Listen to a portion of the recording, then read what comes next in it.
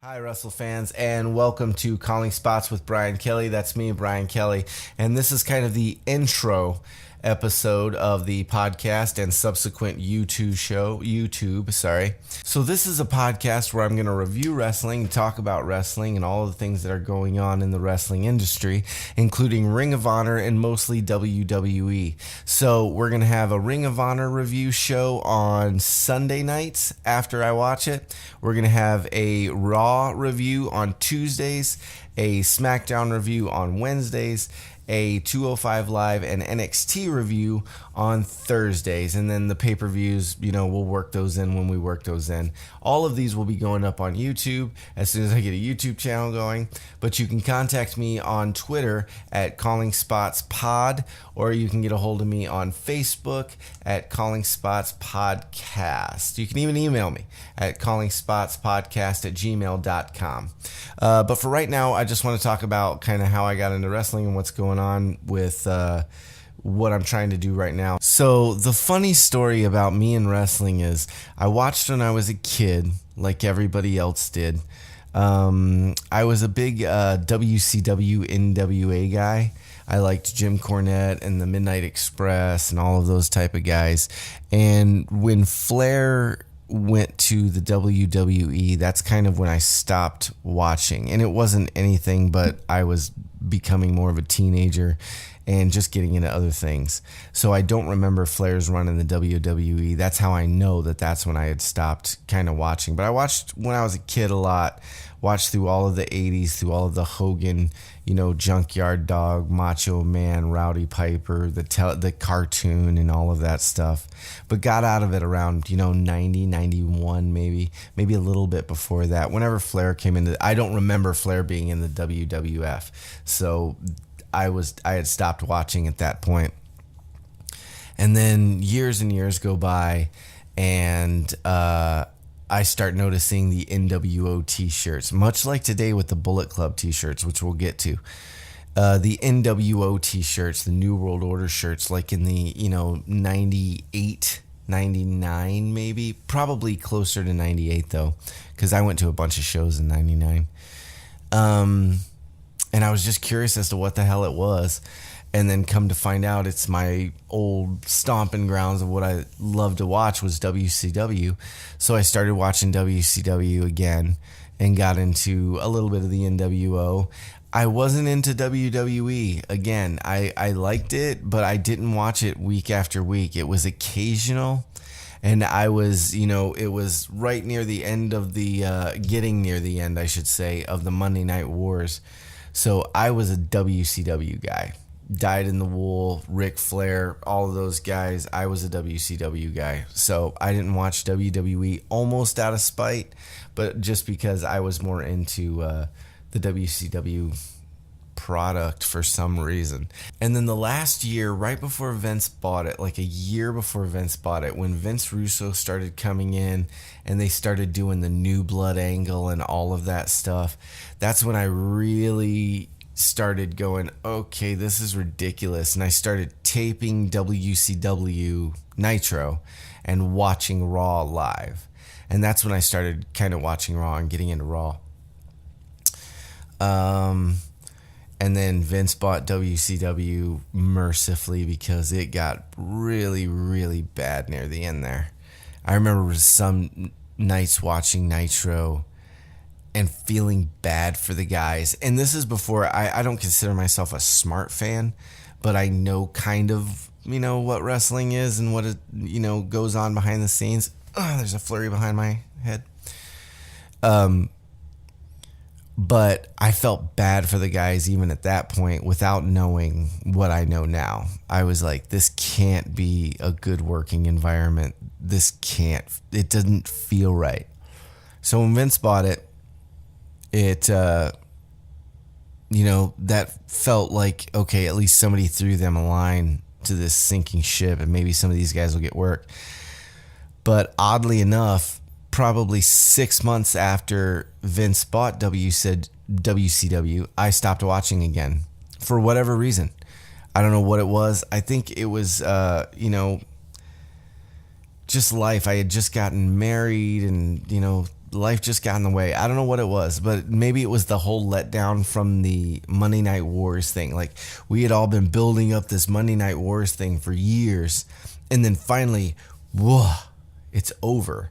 And it's like, I guess I don't know anybody personally, but I would think it'd be like soldiers coming home. It's like you got to decompress a little bit. And I think that's maybe what happened with me. I was just like, just kind of 6 months into it, I was just kind of all the storylines were kind of boring. I didn't really care for many of the performers, and I just kind of lost track of it, and it went away. Okay, so cut to January of 2015. This is where it gets funny. And I don't know where I was, but I was somewhere, and there was a magazine, a print magazine, and I'm looking through it, and I come across an ad for the Royal Rumble. And I don't care how many of you internet fans this pisses off, but it was a picture of Roman doing this, his Roman thing, whatever the fuck. And I went, that dude looks cool. I wonder what's going on with wrestling right now. So, hard stop. I wouldn't even be talking about wrestling right now if they hadn't put Roman on that page and in that ad print. So say what you want about Roman Reigns, but he got me to watch it, and I've spent thousands of dollars on wrestling merchandise, not only on the WWE, but Marty Scurll and the Young Bucks and Pro Wrestling Tees and Progress and all that shit. And all of it started with me flipping that page and seeing a picture of Roman Reigns, that big ass Samoan, and going, that dude looks cool. I'm just saying. So anyways, I go, that dude looks fucking cool. I think I'm going to check out the Rumble this year. It's the beginning of the year. It's setting up for WrestleMania, blah, blah, blah, blah, blah. Yeah, I think I'm going to check out the Rumble. So I wasn't about to pay for the WWE network. So I had a friend of mine who I lived with at the time download it from like LimeWire or whatever it was. Not that I was above downloading at the time. I did it. I stopped downloading and taking stuff now because everything's just so easy. The only reason I started doing that in the first place is because I couldn't find albums that I wanted or TV shows that I wanted because they're impossible. Like to this day, the Drew Carey Show, seasons 2 through 9 or 10 or however long it went, you can't find those on DVD. You can't find them on DVD. You can't find them on Blu-ray. They're not on Amazon Prime or anything. So the only reason I have them is because I had to download them. Sorry, put them out and I'll buy them like everybody fucking else. But anyways, that's a tangent. So I said, hey man, get the Royal Rumble for me from this year because I want to see what it is. So he downloads it, put it onto my computer, and I watched this 4-hour Royal Rumble. Every match, all the storylines, everything straight on through to the end to them booing Roman Reigns out of the building. And I'm thinking, why the fuck are they booing this guy? This guy's cool. I still don't get it. We'll talk about that another time. Watched the whole thing and I was like, man, I think I'm going to start watching wrestling again. This was cool. I dig these characters. I dig the wrestling. It feels familiar to me again. I'm going to start watching wrestling again. And then I see the little copyright crawl down at the bottom of the screen, and it was from 2015. I had just watched a Rumble from a year ago. All the storylines are over. Half of these people don't even work for the company anymore. Half of the other half are hurt. And I was like, you got to be kidding me. So karma got me for not getting the network because I watched the 4-hour Rumble from a year before for no reason, even though I thought it was cool. So then I realized that the actual Royal Rumble for the year that I was in wasn't for another week. So I did get the network and I did watch the actual live Royal Rumble on the network as it went. And same thing, loved all the storylines, still didn't understand why they were booing the fuck out of Roman. And just started watching from then on. And from then to now, I haven't missed a single Raw, a single SmackDown, a single pay-per-view. And WWE and their programming has gotten me into other wrestling promotions and other wrestlers. That was the Royal Rumble that AJ Styles debuted at. I had no idea who the hell AJ Styles was. As I said earlier, I wasn't watching wrestling for a really long time, and I especially wasn't watching Ring of Honor or Impact, TNA, New Japan, whatever it was. So when I heard the crowd pop for AJ Styles, I was like, well, I have to know who the hell this guy is. And same thing with Shinsuke Nakamura. I remember watching NXT and him doing, he had his back to the thing, and then he looks over and Dallas, see you in Dallas. And people were going nuts, so much so that you could barely hear him, cutting his promo. And I was like, who the hell is Shinsuke Nakamura? I've never heard of this guy before. Why is everybody so excited? Got me watching New Japan.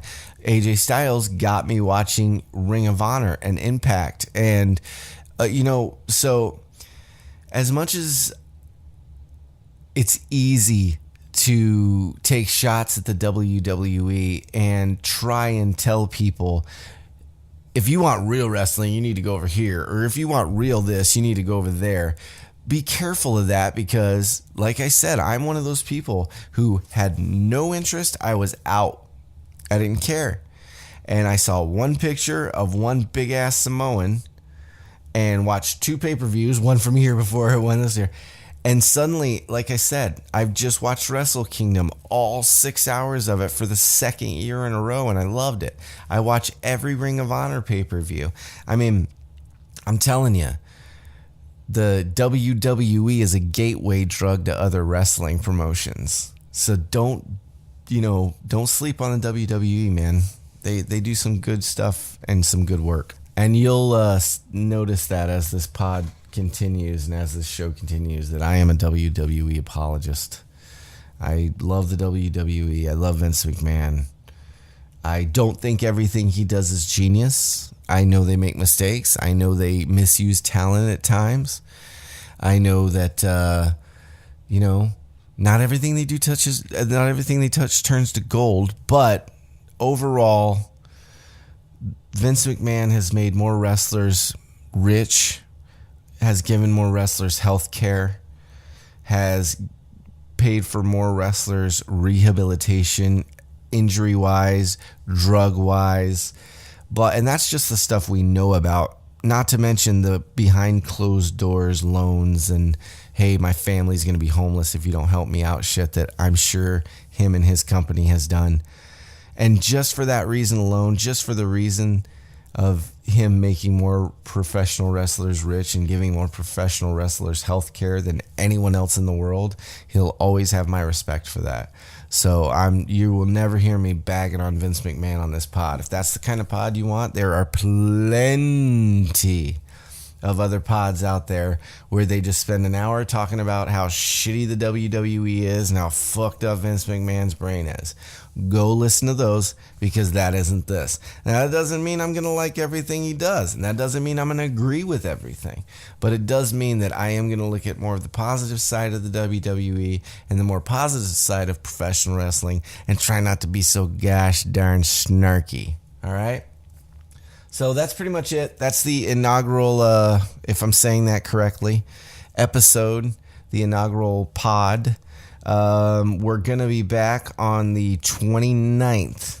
Will be the first pod, the day after the Royal Rumble, with a Ring of Honor review from the night before and a Royal Rumble review and kind of rundown.